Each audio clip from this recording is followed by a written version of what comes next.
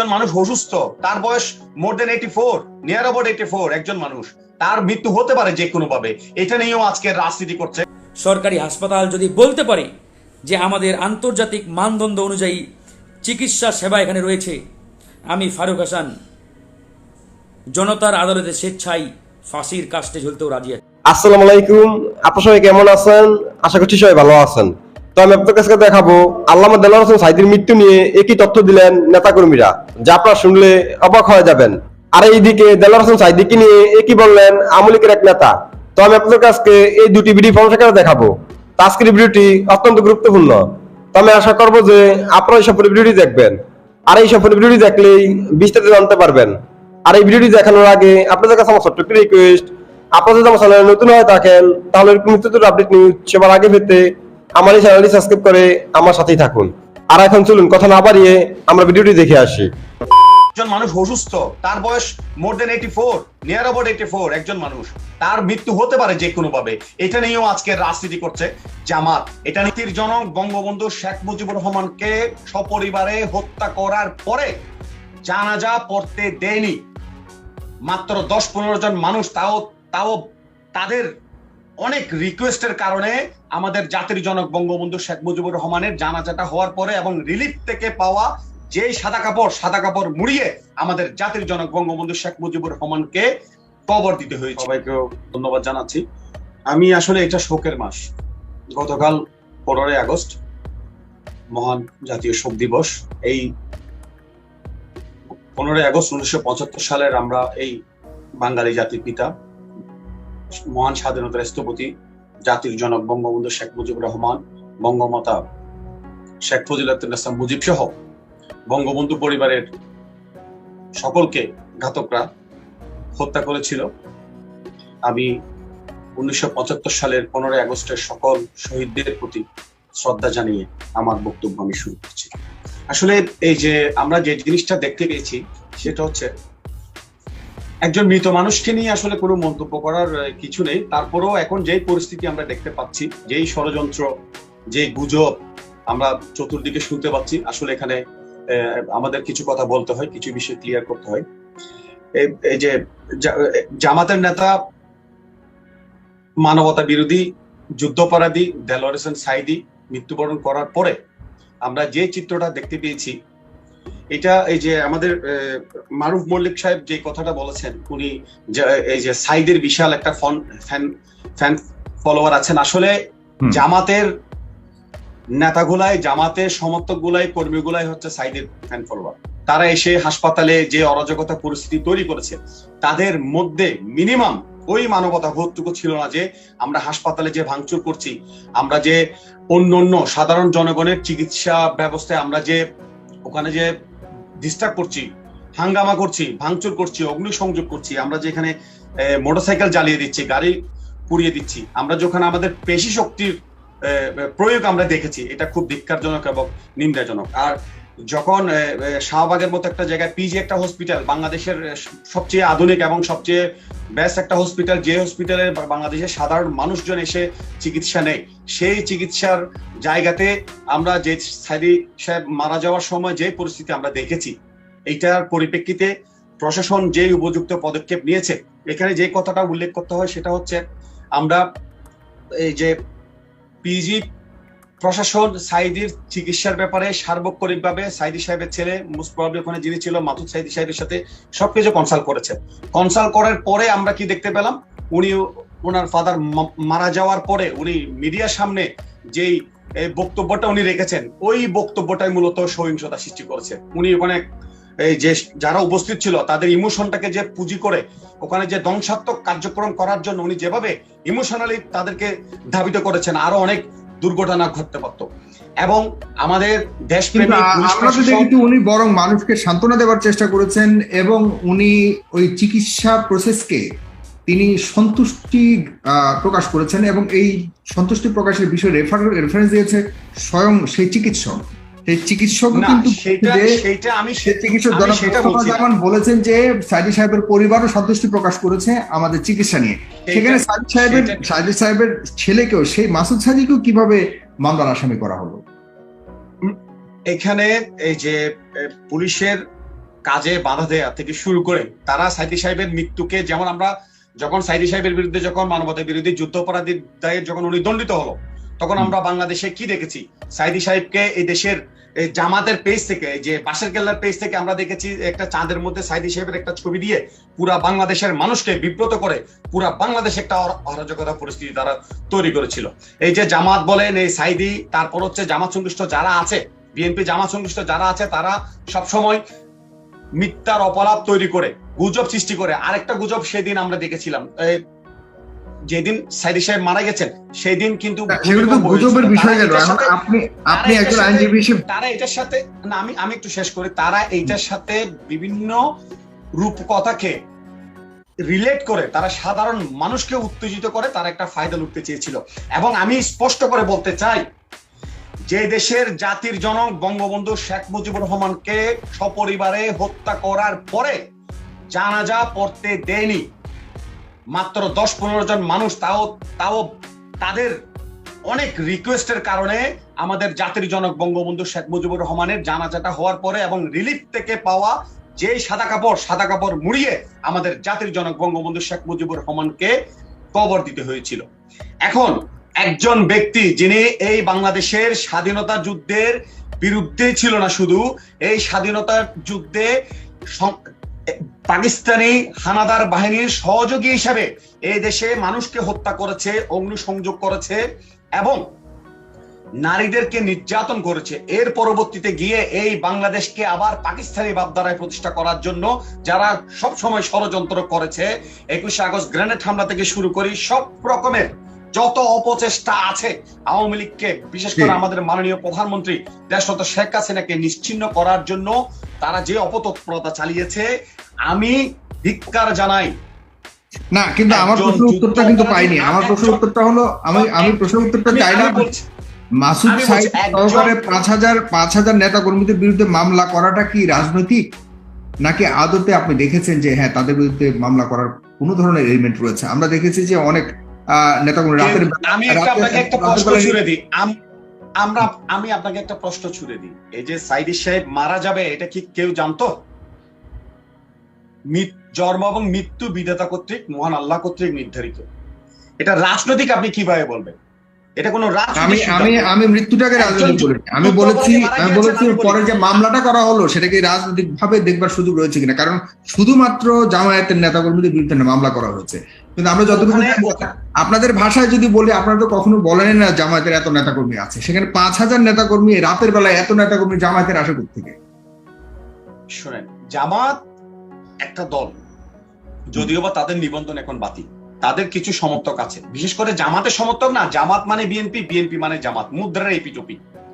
এই যে সাইদি সাহেবের মৃত্যু নিয়ে তারেক জিয়ার আমরা স্ট্যাটাস আমরা দেখেছি, একজন যুদ্ধ অপরাধীদের পক্ষে, যুদ্ধ অপরাধীদেরকে নিয়ে, যিনি আমাদের বাংলাদেশে যার একটি আইনি কাঠামো, একটা প্রক্রিয়ার মাধ্যমে যার সাজা হয়েছে এবং যার মৃত্যুদণ্ড হয়েছিল ট্রাইব্যুনালে, শুধু বয়সের পরিক্রমায় মৃত্যুদণ্ডটা না হয়ে যাবজ্জীবন কারাদণ্ডে, আমৃত্যু কারাদণ্ডে দণ্ডিত ছিল। ওনার তো 13 বছর যেই বয়সটা ও যে সময়টা উনি পেয়েছে, ওনার যদি মৃত্যুদণ্ড কার্যকর হতো ওই সময়টা উনি এক্সট্রা পেয়েছে আমি মনে করি। এই যে এটা রাজনৈতিক ভাবে কোনোভাবে বিচার বিশ্লেষণ করা যাবে না, এই জন্য যে এই মামলাটাকে আমি বলেছি, আমি ওনার প্রতি যে বিচার করা, বহু মানুষকে রাজনৈতিক আমি বিচার ব্যবস্থা নিয়ে আমি আজকে কথা বলছি না। আমি বলেছি যে ওনার যে মৃত্যুর পর যে কারণে আজকে মামলা করা হয়েছে, যে কারণকে দেখিয়ে মামলা করা হয়েছে, এটিকে কি রাজনৈতিক ভাবে দেখেন কিনা আপনি, নাকি আপনি 5,000 নেতাকর্মীর বিরুদ্ধে মামলা দেওয়া হয়েছে, যে কারণে মামলা দেওয়া হয়েছে পুলিশের সাথে ধস্তাধস্তি, ওনার লাশকে পিরোজপুরে না যেতে দেওয়ার জন্য তাদের যে ভূমিকা রেখেছে জনগণ, বা এখন যতটুকু বুঝতে পারলাম 5,000 নেতাকর্মী সবাই জামাতের বলে চিহ্নিত করা হচ্ছে। যদি সেখানে সবাই জামাত নেতাকর্মী হয়ে থাকে, তাহলে এই মামলাটা কি মানে রাজনৈতিক, যেহেতু একটা সংগঠন জামায়াত, তার মানে রাজনৈতিক ভাবে ডিল করছে, রাজনৈতিক ভাবে দেখার চেষ্টা করছে পুলিশের পক্ষ থেকে, সরকারের পক্ষ থেকে, নাকি এখানে কোনো রাজনীতি? আমি সুস্পষ্ট ভাবে বলছি আপনাকে, এই যে দেলোয়ার হোসেন সাইদি সাহেব যে মারা যাবেন এটা কেউ জানতো না। এটা ওনার বয়স, উনি শারীরিকভাবে অসুস্থ ছিল, ওনার চিকিৎসার জন্য পিজি হসপিটালে আসার পরে উনি ওখানে স্ট্রোক করে মারা গেছেন। মারা যাওয়ার পরে দেলোয়ার সাহেবের লাশ নিয়ে রাজনীতি শুরু করেছে কিন্তু জামাত। এখানে পুলিশ বলেন, আমাদের সরকার দল থেকে, আওয়ামী লীগ থেকে আমরা এখানে কোনো রাজনীতি করছি না। আমরা লাশ নিয়ে, মরা মৃত মানুষকে নিয়ে আমরা কোনো যুদ্ধাপরাধীকে আমাদের কোনো রাজনীতি করার কিছু নেই। এখানে ওনার লাশকে না নিয়ে যাওয়ার জন্য অ্যাম্বুলেন্সের চাকা পাঞ্চার করে দিয়েছিল, আমরা সেটা দেখেছি। ওখানে যেই রকম পরিস্থিতিতে আইন শৃঙ্খলা রক্ষাকারী বাহিনীর উপর যেভাবে হামলা করেছে, সেটা খুবই ন্যাক্কারজনক হামলা হয়েছে।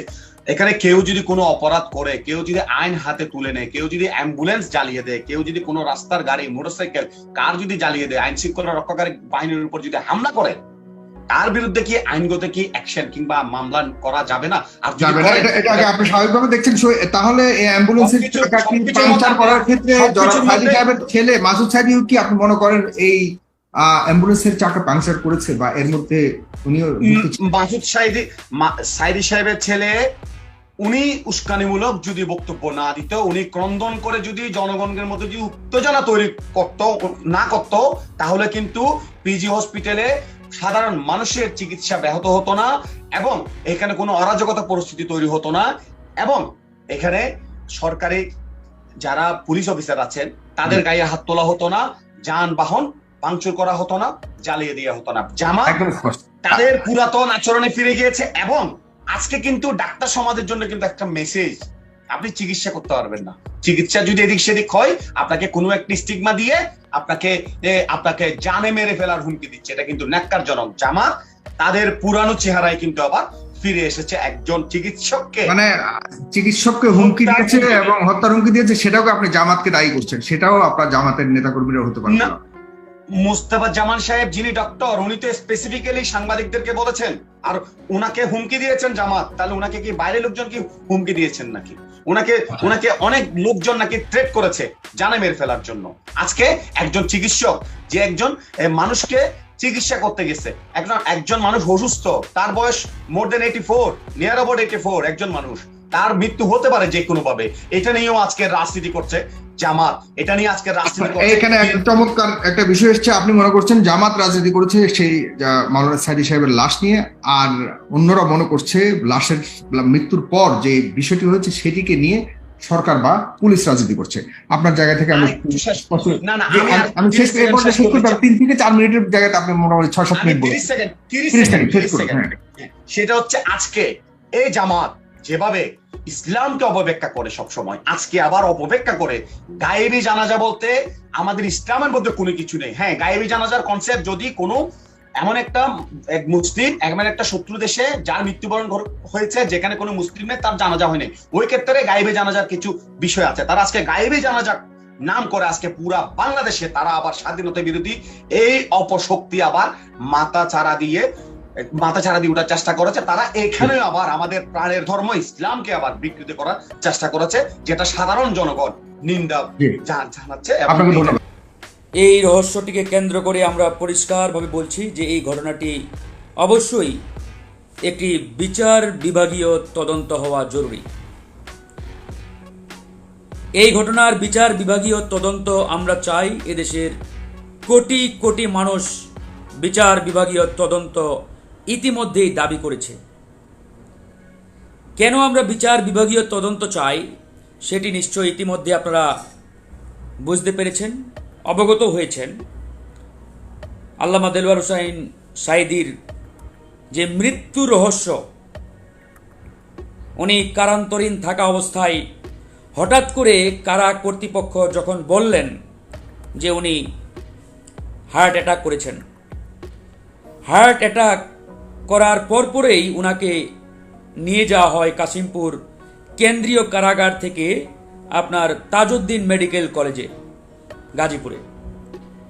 তাজউদ্দিন মেডিকেল কলেজে নিয়ে যাওয়ার পরে সেখানে মেডিকেল কলেজ কর্তৃপক্ষ বললেন উনার অবস্থা ভালনারেবল, ক্রিটিক্যাল, সুতরাং উনাকে অতি দ্রুত ঢাকায় ট্রান্সফার করতে হবে। তাজউদ্দিন মেডিকেল কলেজের কর্তৃপক্ষ মাওলানা দেলোয়ার হোসাইন সাঈদীকে আর ট্রিটমেন্ট করার নাই, তড়িঘড়ি করে তারা ওনাকে ঢাকায় পাঠিয়ে দিলেন, ঢাকা পিজি হাসপাতালে, বর্তমানে যেটি বঙ্গবন্ধু মেডিকেল বিশ্ববিদ্যালয়। পিজিতে আসার পরে আমি গত লাইভেও এটি বলেছিলাম যে আপনার গাজীপুর থেকে ঢাকা আসতে সর্বসাকুল্যে খুব বেশি যদি সময় লাগে সেটি হচ্ছে 2 ঘন্টা। 2 ঘন্টার বেশি সময় লাগার কথা না। ওনাকে গাজীপুর তাজউদ্দিন মেডিকেল কলেজ থেকে যখন পিজি হাসপাতালে নিয়ে আসা হলো, পিজি হাসপাতালের মেইন গেটে যখন ওনাকে মাইক্রোবাস থেকে নামানো হচ্ছে, ঠিক ওই সময় আপনারা নিশ্চয়ই দেখেছেন হাস্যোজ্জ্বল ছবি, ভিডিও ইতিমধ্যে গণমাধ্যমে প্রচারিত হচ্ছে, প্রকাশিত হয়েছে।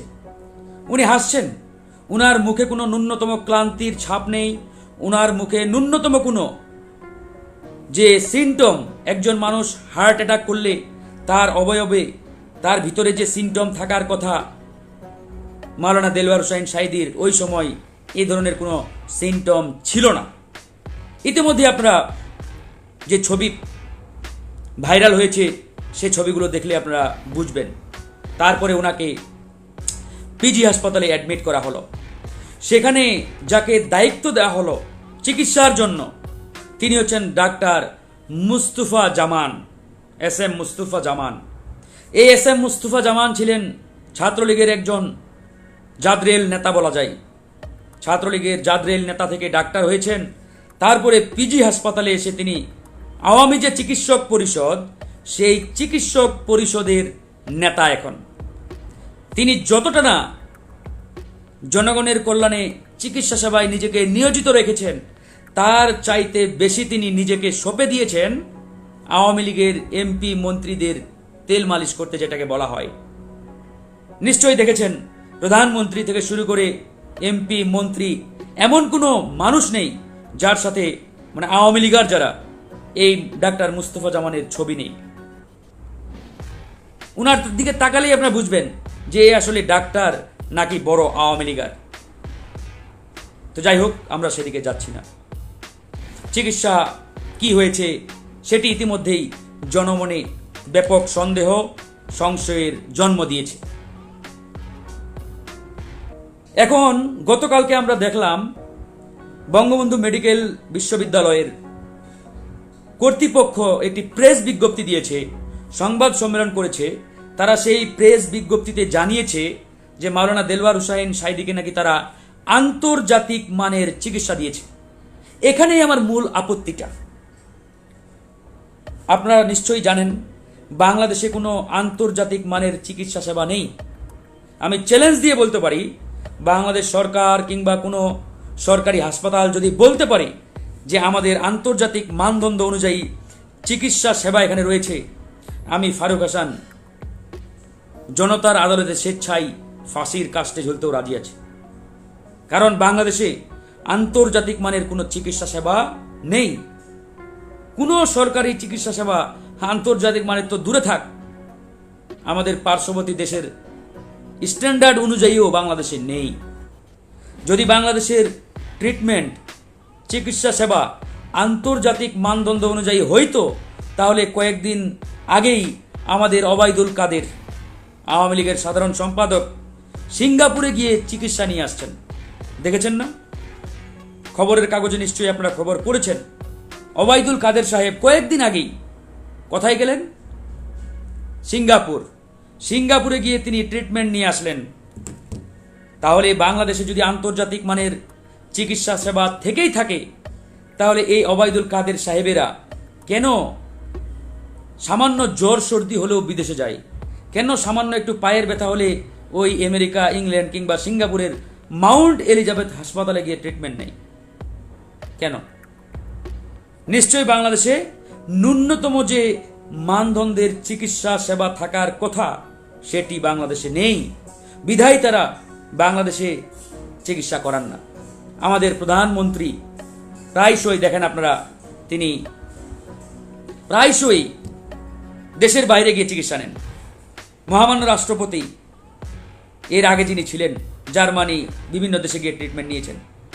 তার মানে তো এখানেই পরিষ্কার, যেখানে প্রধানমন্ত্রী, রাষ্ট্রপতি, মন্ত্রী, MP তারা হর হামেশাই সামান্য জ্বর, অসুখ বিসুখ হলে বিদেশে গিয়ে ট্রিটমেন্ট নেয়, সেখানে বাংলাদেশে আন্তর্জাতিক মানের চিকিৎসা সেবা রয়েছে, এটা যদি কেউ বলে, আমি বলবো সে জাতির সাথে, জনগণের সাথে প্রতারণা করেছে, বেইমানি করেছে, ভণ্ডামি করেছে। বঙ্গবন্ধু মেডিকেল বিশ্ববিদ্যালয় কর্তৃপক্ষ যে স্টেটমেন্ট দিয়েছে, যে বিজ্ঞপ্তি দিয়েছে, এটার তীব্র নিন্দা এবং প্রতিবাদ আমরা জানাচ্ছি।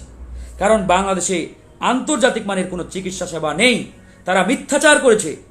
এর মাধ্যমে জনমনে যে সন্দেহ সংশয়ের সৃষ্টি হয়েছিল, আল্লামা দেলোয়ার হোসেন সাঈদীকে আসলে হত্যা করা হয়েছে, গতকালকে বঙ্গবন্ধু মেডিকেল কলেজের সেই বিজ্ঞপ্তির মাধ্যমে এটি আরও বেশি প্রমাণিত এবং এটি শক্তিশালী হয়েছে। কারণ যেখানে বাংলাদেশে কোনো আন্তর্জাতিক মানের চিকিৎসা সেবা নেই, সেখানে কেন বঙ্গবন্ধু মেডিকেল কলেজ কর্তৃপক্ষ বলছে যে আমরা সাঈদী সাহেবকে আন্তর্জাতিক মানের চিকিৎসা দিয়েছি? আর যদি আন্তর্জাতিক মানের চিকিৎসা আপনাদের কাছে থেকে থাকে, তাহলে ওবায়দুল কাদের কেন ওই পিজি হাসপাতালে গিয়ে ট্রিটমেন্ট নেন না? প্রধানমন্ত্রী কেন সেই পিজি হাসপাতালে গিয়ে চিকিৎসা নেন না? তিনি কেন বিদেশে যান? মন্ত্রীরা কেন বিদেশে গিয়ে ট্রিটমেন্ট নেন? তারা তো আগে ওই ঢাকা মেডিকেল কলেজ কিংবা পিজি হাসপাতালে গিয়ে তাদের ট্রিটমেন্ট নেওয়ার কথা, কিন্তু তারা সেখানে কেউ ট্রিটমেন্ট নেন না। এই জন্য আমরা বলেছি এই ঘটনার অবশ্যই বিচার বিভাগীয় তদন্ত করতে হবে এবং জাতিকে পুরো রিপোর্ট জানাতে হবে। আল্লামা দেলোয়ার হোসেন সাঈদী, আমি মনে করি তিনি কোনো একক দলের ব্যক্তি নন। তিনি এদেশের কোটি কোটি মুসলমানদের হৃদয়ের স্পন্দন ছিলেন। এমনকি অনেক অমুসলিম যারা, ভিন্ন ধর্মাবলম্বী যারা, তারাও দেলোয়ার হোসেন সাঈদীকে হৃদয় থেকে, মন থেকে ভালোবেসেছেন। তার বাস্তব প্রমাণ উনার জানাজার দিন আপনারা দেখেছেন। সুখরঞ্জন বালী, যিনি রাষ্ট্রপক্ষের একজন সাক্ষী ছিলেন, তিনি দেলোয়ার হোসেন সাঈদীর বিরুদ্ধে মিথ্যা কথা বলেন নাই, বিধায় তাকে অপহরণ পর্যন্ত করেছে এই সরকারের রাষ্ট্রীয় বাহিনী। এখন আপনাদের উদ্দেশ্যে আমি একটা প্রশ্ন রাখতে চাই। যেমন ধরেন, মাওলানা দেলোয়ার হোসেন সাঈদী যেহেতু জামাত ইসলামের একজন নেতা, আর উনার যে ডক্টর যিনি চিকিৎসা করেছেন, ডাক্তার সাহেব এস.এম. মুস্তফা জামান, তিনি একজন জাগরেল আওয়ামী লীগের নেতা ছিলেন, ছাত্রলীগের নেতা ছিলেন, এবং স্বাধীনতা যে চিকিৎসক পরিষদ, মানে আওয়ামী লীগপন্থী যে চিকিৎসক পরিষদ রয়েছে, এটার তিনি বড় নেতা। তাহলে একজন জামাত ইসলামের নেতার চিকিৎসায় কেন একজন এরকম জাগরেল আওয়ামী লীগ পন্থী চিকিৎসককে দেওয়া হল? আজকে যদি আওয়ামী লীগের কোনো এমপি, মন্ত্রী, তাদেরকে বিএনপি জামাতপন্থী কোনো চিকিৎসককে ট্রিটমেন্ট করার জন্য দেওয়া হয়, আওয়ামী লীগের কোনো নেতা রাজি হবে? বলেন তো, আপনারা বলেন। বিএনপি জামাতপন্থী কোনো চিকিৎসককে আওয়ামী লীগের কোনো এমপি, মন্ত্রী কিংবা প্রধানমন্ত্রীর জন্য চিকিৎসা সেবায় নিয়োজিত করা হলো, তারা রাজি হবে? কোনো অবস্থাতেই রাজি হবে না। তাহলে এরকম মাওলানা সাঈদীর মতো একজন ব্যক্তির ক্ষেত্রে কেন আওয়ামী লীগপন্থী একজন চিকিৎসককে সেখানে নিয়োজিত করা হলো? এই প্রশ্নটি কিন্তু থেকেও যায়। ইতিমধ্যে আমরা বিভিন্ন ডাক্তারের স্টেটমেন্ট দেখেছি।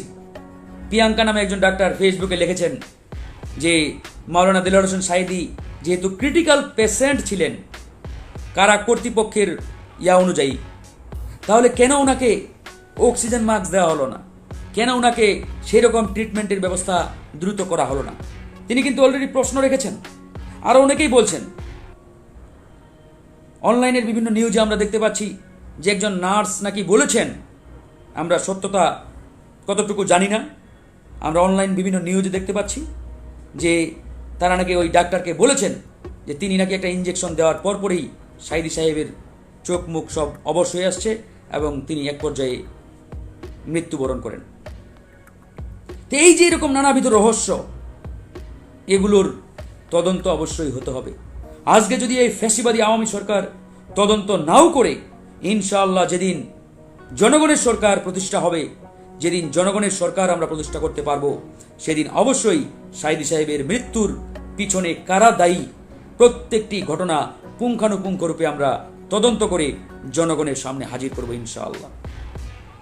আরেকটি বিষয় আমার অত্যন্ত ভয় হয়, এই মুহূর্তে বাংলাদেশের সবচাইতে জনপ্রিয় আপোষহীন নেত্রী যাকে বলা হয় বিএনপি চেয়ারপারসন বেগম খালেদা জিয়া, দীর্ঘদিন ধরে অসুস্থ, এভারকেয়ার হাসপাতালে এখন ভর্তি। উনার যিনি ব্যক্তিগত চিকিৎসক, মেডিকেল বোর্ডের প্রধান ডাক্তার জেড জাহিদ সাহেব, তিনি বারবার বলছেন যে উনার ট্রিটমেন্ট সঠিকভাবে করার জন্য উনাকে অতি দ্রুত বিদেশে পাঠাতে হবে। কারণ বাংলাদেশে তো সেরকম ট্রিটমেন্ট নেই, উন্নত মানের কোনো চিকিৎসা প্রযুক্তি কিচ্ছু নেই বাংলাদেশে। যদি বাংলাদেশে আজকে উন্নত মানের সেবা থাকতো, চিকিৎসা থাকতো, তাহলে প্রধানমন্ত্রী কখনোই দেশের বাইরে গিয়ে ট্রিটমেন্ট নিতেন না, ওবায়দুল কাদের সাহেব কখনোই দেশের বাইরে গিয়ে ট্রিটমেন্ট নিতেন না। কয়েকদিন আগেই তো, কয়েকদিন, এক সপ্তাহ হয় নাই, এই ওবায়দুল কাদের সাহেব সিঙ্গাপুরে গিয়ে ট্রিটমেন্ট নিয়ে আসছেন। তার নিজের সমস্যা হলে তিনি বাংলাদেশের চিকিৎসার প্রতি তার কোনো আস্থা নেই। ওবায়দুল কাদেরের কোনো আস্থা নেই, ট্রাস্ট নেই বাংলাদেশের চিকিৎসার উপরে, বিধায় তিনি দেশের বাইরে গিয়ে ট্রিটমেন্ট নিচ্ছেন। অপরদিকে বেগম খালেদা জিয়ার মেডিকেল বোর্ড বারবার বলছে যে বেগম খালেদা জিয়াকে দ্রুত বিদেশে পাঠানো দরকার, ইমার্জেন্সি হয়ে পড়েছে উনার যে শারীরিক কন্ডিশন, কিন্তু তাকে বিদেশে যেতে দিচ্ছে না এই ফ্যাসিবাদী আওয়ামী সরকার। এখান থেকে তো আমরা পরিষ্কার, বেগম খালেদা জিয়াকে পরিকল্পিতভাবে মৃত্যুর দিকে ঠেলে দেওয়া হচ্ছে। বেগম খালেদা জিয়াকে পরিকল্পিতভাবে, সুপরিকল্পিতভাবে মৃত্যুর দিকে ঠেলে দিচ্ছে এই ফ্যাসিবাদী সরকার। আমরা জানি না আল্লামা দেলোয়ার হোসেন সাঈদীর মতো বেগম খালেদা জিয়ার অবস্থা হয় কিনা, আমরা আসলে সন্দিহান।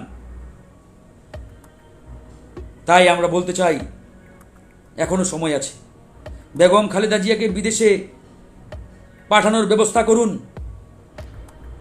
বেগম খালেদা জিয়ার সাথে যদি কোনো অন্যায় করা হয়, এদেশের মানুষ কিন্তু মেনে তো নেবে না, চুপ থাকবে না।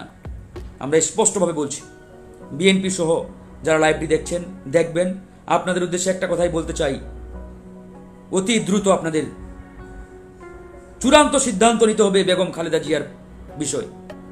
কারণ এই সরকার আমরা দেখতে পাচ্ছি পরিকল্পিতভাবে বেগম খালেদা জিয়াকে মৃত্যুর দিকে ঠেলে দিচ্ছে, পরিকল্পিতভাবে মৃত্যুর দিকে ঠেলে দেওয়া হচ্ছে। তা না হলে যেখানে ডাক্তার সাহেব বারবার বলছেন, উনার ব্যক্তিগত চিকিৎসক মেডিকেল বোর্ডের প্রধান এজেড জাহেদ সাহেব, উনি বারবার বলছেন উনাকে দেশের বাইরে পাঠাতে হবে। কারণ উনার যে বর্তমান শারীরিক অবস্থা, কন্ডিশন, এই শারীরিক অবস্থা, এই কন্ডিশনে উনার বাংলাদেশে চিকিৎসা নেই, বাংলাদেশে উনার এই কন্ডিশনের কোনো ট্রিটমেন্ট নেই, অথচ উনাকে বিদেশে যেতে দিচ্ছে না এই আওয়ামী লীগের ফ্যাসিবাদী সরকার। তার মানে এখানে পরিষ্কার, সাঈদী সাহেবের মতো বেগম খালেদা জিয়ার অবস্থাও সেদিকে যাচ্ছে। আমার যেটা মনে হচ্ছে, এই সরকার আপোষহীন কোনো নেতাকে বাংলাদেশে আর বেঁচে থাকতে দেবে না। যারা দেশপ্রেমিক, দেশের পক্ষে, এরকম কাউকেই তারা বাঁচতে দেবে না। আমার যেটা মনে হচ্ছে, আজকে আমরা অত্যন্ত আতঙ্কের মধ্যে রয়েছি, টেনশনের মধ্যে রয়েছি বেগম খালেদা জিয়াকে নিয়ে। আল্লামা মামুনুল হক তিনি জেলের মধ্যে বন্দী রয়েছেন। কয়েকদিন আগে তাকে আদালতে হাজির করা হয়েছিল, সেখানে আমরা দেখেছি মামুনুল হকের শারীরিক অবস্থা অত্যন্ত খারাপ, তিনি হাঁটতে পারছেন না, দুইজনের ঘাড়ে এভাবে ভর করে তিনি আদালতে হাজির হয়েছেন, দুইজন কারারক্ষীর গায়ে ভর দিয়ে। তাহলে এই যে মানুষগুলো যারা আপোষহীন ছিলেন, যারা আগ্রাসনের বিরুদ্ধে রুখে দাঁড়িয়েছেন, যারা আমাদের পার্শ্ববর্তী দেশের আগ্রাসন মেনে নেন নাই, এরকম আপোষহীন নেতাদের আমি মনে করি একের পর এক হত্যা করার জন্য মিশনে নেমেছে এরা, কাউকেই বাঁচতে দেবে না। সুকৌশলে, সুপরিকল্পনা মাফিক এই মিশনে তারা নেমেছে। তাই আমরা বলবো, বেগম খালেদা জিয়ার জন্য আমাদের অত্যন্ত ভয় হয়, অত্যন্ত ভয় হয়। খালেদা জিয়ার বিষয়ে বিএনপিকেই সিদ্ধান্ত নিতে হবে। তাদের কোটি কোটি লোকজন, নেতাকর্মী রয়েছে সারা বাংলাদেশে। তো আমি আশা করছি যে আপনারা সম্পূর্ণ ভিডিওটি দেখেছেন। তো আপনারা যদি বিষয়টি নিয়ে কোনো মতামত থাকে আমাকে অবশ্যই কমেন্টে জানাবেন। আর আপনারা যদি আমার চ্যানেলে নতুন হয়ে থাকেন তাহলে আমার এই চ্যানেলটি সাবস্ক্রাইব করে আমার সাথেই থাকুন। তো দেখা হচ্ছে পরবর্তী ভিডিওতে। সে পর্যন্ত সবাই ভালো থাকবেন, সুস্থ থাকবেন। আল্লাহ হাফেজ।